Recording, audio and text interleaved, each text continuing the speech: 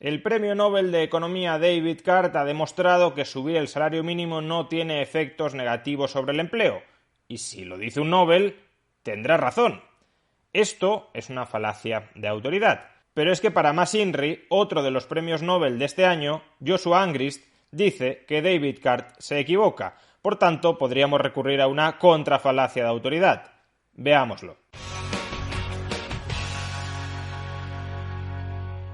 En vídeos anteriores ya tuvimos ocasión de explicar por qué la concesión del Premio Nobel de Economía a David Card este año no zanja ni muchísimo menos el debate sobre cuáles son los efectos de una subida del salario mínimo dentro de nuestras economías. En particular, ya explicamos que David Card lo único que había demostrado es que la subida del salario mínimo en New Jersey en 1992 no había tenido efectos negativos sobre el empleo, pero de ahí no se puede generalizar, no se puede inferir que cualquier subida en cualquier otra parte del mundo, en cualquier momento histórico del salario mínimo, no tendrá efectos negativos sobre el empleo. Tan es así que el propio premio Nobel David Card ya ha tenido que salir en distintas ocasiones a aplacar los ánimos de aquellos entusiastas defensores del salario mínimo que apelan continuamente a su estudio para defender en todo momento y en cualquier coyuntura subidas del salario mínimo. David Card ya ha matizado en diversas entrevistas que de sus resultados no se infiere que sea imposible que el salario mínimo tenga efectos negativos en una economía, que hay que estudiar caso por caso para ver si en una economía subir el salario mínimo tendrá efectos negativos o no los tendrá. Y en concreto, en el caso de España, eso ya ha sido estudiado por el Banco de España. Y el Banco de España lo ha estudiado usando la misma metodología que empleaba David Card en su famoso paper del año 1994. Y el Banco de España concluye que actualmente, en la España de hoy, subir el salario mínimo sí está afectando negativamente al empleo. Pero bueno, por desgracia todo esto da igual porque la propaganda ya se ha puesto en marcha. La propaganda es el Premio Nobel de Economía de este año ha demostrado que se puede subir el salario mínimo sin que esto destruya empleo. Pero sucede que incluso esta simplona propaganda está mal hecha, porque este año no ha habido un único premio Nobel, sino 3. David Card, Joshua Angrist y Guido Imbens. ¿Y por qué remarco que ha habido 3 premios Nobel y no solamente uno? Pues porque uno de esos 3 premios Nobel, en concreto Joshua Angrist, contradice a David Card. En su libro Mostly Harmless Econometrics, Joshua Angrist nos dice que el experimento de David Card para verificar si la subida del salario mínimo en New Jersey en el año 1992, el famoso experimento al que está apelando todo el mundo para decirnos que subir el salario mínimo no tiene efectos negativos sobre la economía, Joshua Angrist nos dice que ese experimento está mal hecho. ¿Y por qué está mal hecho, en opinión de Joshua Angrist? No porque el método de diferencias en diferencias sea un método deficiente, sino, por resumir, porque la elección del grupo de control en ese experimento está mal hecha. Recordemos qué hicieron David Card y Alan Krueger para demostrar que la subida del salario mínimo en New Jersey en 1992 no tuvo efectos negativos sobre el empleo. Utilizaron el método de diferencias en diferencias. ¿En qué consiste esto? Pues por un lado escoges un grupo de tratamiento, un grupo al que le vas a aplicar un tratamiento para ver cómo responde al mismo. En este caso, el grupo de tratamiento era el empleo en los restaurantes de comida rápida de New Jersey en el año 1992. ¿Qué pasó en esos restaurantes en el año 1992? Pues que fueron expuestos a una subida del salario mínimo en New Jersey. Se subió el salario mínimo y, por tanto, lo que se mide es cómo evolucionó el empleo en las cadenas de comida rápida en New Jersey a lo largo del año 92. Cuánto empleo había al principio, al comienzo del año, y cuánto empleo había al final. De esa manera tenemos una primera aproximación a cuál fue el efecto del salario mínimo sobre el empleo en los restaurantes de comida rápida. Ahora bien, se trata de una primera aproximación deficiente. ¿Por qué razón? Pues porque a la hora de determinar el volumen de empleo en los restaurantes de comida rápida en New Jersey, no solo influye el salario mínimo, influyen también otras muchas variables, como puede ser el crecimiento económico, la demanda de los consumidores, las preferencias de los consumidores, la eficiencia organizativa de las empresas de comida rápida, etc.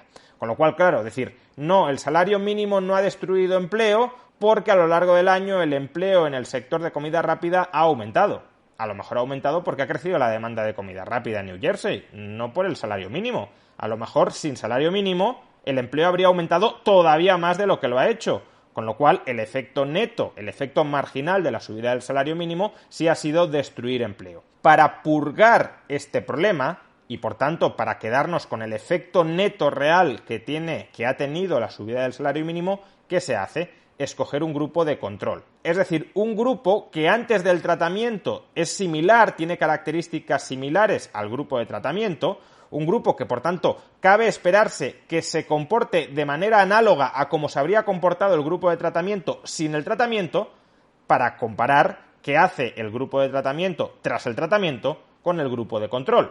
En el caso de Cart y Kruger, el grupo de control fueron los restaurantes de comida rápida en los condados de Pensilvania que estaban adyacentes a los condados de New Jersey, bajo la hipótesis de que las características socioeconómicas de Pensilvania, de esos condados adyacentes a los condados de New Jersey, serían similares y, por tanto, como en Pensilvania no se subió el salario mínimo en el año 1992, lo que se hace es comparar cuál ha sido la evolución del empleo en los restaurantes de comida rápida de New Jersey en el año 1992 con subida del salario mínimo, con la evolución del empleo en los restaurantes de comida rápida de Pensilvania en el año 1992 sin subida del salario mínimo. Y si resulta que, por ejemplo, en los restaurantes de comida rápida de New Jersey en el año 1992 el empleo ha caído un 2%, pero en los restaurantes de comida rápida de Pensilvania en el año 1992 el empleo ha caído un 3%, entonces la diferencia de las diferencias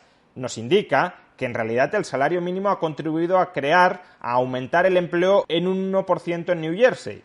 ¿Por qué? Pues porque con subida del salario mínimo el empleo cae un 2%, sin subida del salario mínimo el empleo cae un 3%. Efecto marginal de la subida del salario mínimo, más 1%. Pero claro, para poder llegar a esta conclusión es necesario que la elección del grupo de control esté bien hecha. Si el grupo de control no mimetiza el comportamiento del grupo de tratamiento, entonces ese contrafactual no está bien escogido. Si, por ejemplo, el empleo en los restaurantes de comida rápida de Pensilvania cae un 3% porque Pensilvania está pasando por una crisis económica y New Jersey no, pues entonces, evidentemente, no puedes comparar cuál ha sido la evolución del empleo en los restaurantes de comida rápida de New Jersey debido a la subida del salario mínimo con la evolución del empleo en los restaurantes de comida rápida de Pensilvania sin la evolución del salario mínimo, porque el grupo de tratamiento y el grupo de control no son comparables. En Pensilvania habrá caído el empleo un 3% por la crisis económica y en New Jersey habrá caído un 2% a lo mejor por culpa del salario mínimo. Y esta es justamente la crítica que les hace Joshua Angrist a David Cart y a Alan Kruger, que no escogieron adecuadamente el grupo de control.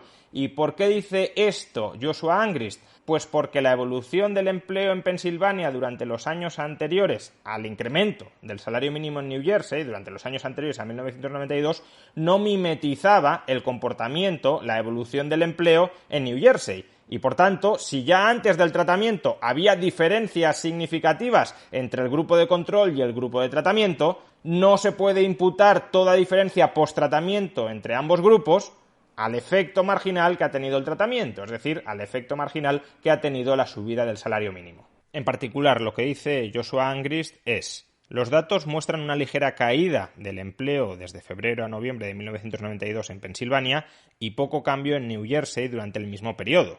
Es decir, que si el empleo no decrece en New Jersey durante ese periodo en el que se aplicó el salario mínimo, la subida del salario mínimo, y sí decrece en Pensilvania, donde no se subió el salario mínimo, podría ser que incluso el salario mínimo ha tenido efectos positivos sobre el empleo.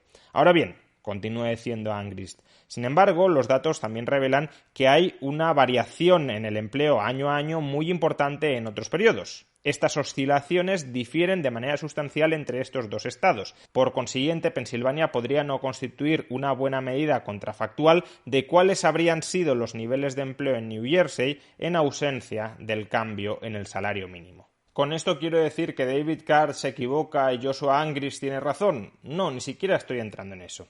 Lo que quiero poner de manifiesto, es más, ni siquiera estoy entrando en el debate de fondo sobre si subir el salario mínimo destruye empleo o no lo destruye, porque sería tramposo sugerir que la única evidencia rigurosa de que disponen quienes defienden esa tesis es el paper de David Card de 1994. No es así. Desde entonces también se ha ido acumulando otra evidencia de mayor calidad incluso que ese paper, que concluye que subir el salario mínimo en determinados contextos no tiene efectos negativos sobre el empleo. Otra cosa es que muchos propagandistas que defienden subir el salario mínimo ignoren toda esa otra evidencia que podría avalar su tesis y ahora se hayan sumado al carro de David Card porque le han dado el Nobel. Pero bueno, de la misma manera que tenemos evidencia que parece apuntar en la dirección de que subir el salario mínimo no tiene efectos negativos sobre el empleo en determinados contextos, también tenemos mucha otra evidencia que dice que sí lo tiene. De ahí que el debate no esté zanjado, de ahí que el debate siga abierto y de ahí que apelar a la autoridad del Nobel sea falaz. Lo que quiero poner de manifiesto es que el ejercicio propagandístico de el Nobel de Economía de 2021 ha demostrado que subir el salario mínimo no tiene efectos sobre el empleo y por tanto el debate ya está zanjado o al menos el debate se escora a favor del lado de los que defienden subir el salario mínimo, que ese lema propagandístico, que es el que hemos estado escuchando, ni siquiera tiene fundamento, porque otro premio Nobel este mismo año está criticando abiertamente el paper de David Card donde se concluye que subir el salario mínimo no afectó al empleo en New Jersey, 1992. En definitiva, quienes están apelando a David Card para defender subir el salario mínimo no solo están cometiendo una falacia de autoridad, sino que además este mismo año se les puede replicar con otra contrafalacia de autoridad, porque uno de los que ha ganado el premio Nobel junto con David Card dice que las conclusiones de David Card se derivan de un experimento mal hecho. El problema, quiero aclararlo, no está en la metodología diferencias en diferencias, que es lo que ha utilizado el Banco de España. El problema está en la elección específica del grupo de control en el paper de Card y Kruger de 1994. Por tanto, esa crítica no es inmediatamente aplicable a las conclusiones del Banco de España, que utilizando el método diferencias en diferencias y escogiendo mejor el grupo de control, concluye que en España se han llegado a perder en el año 2019 como consecuencia de la subida del salario mínimo hasta 170.000 empleos. La conclusión debería ser que nunca debemos recurrir a falacias de autoridad. En los debates públicos se utilizan argumentos lógicos y racionales, se utiliza evidencia empírica, pero no falacias como las que han estado utilizando muchos de los que defienden subir el salario mínimo. Quien recurre a falacias argumentales es muy probable que sea porque no tienen mejores argumentos para defender su postura.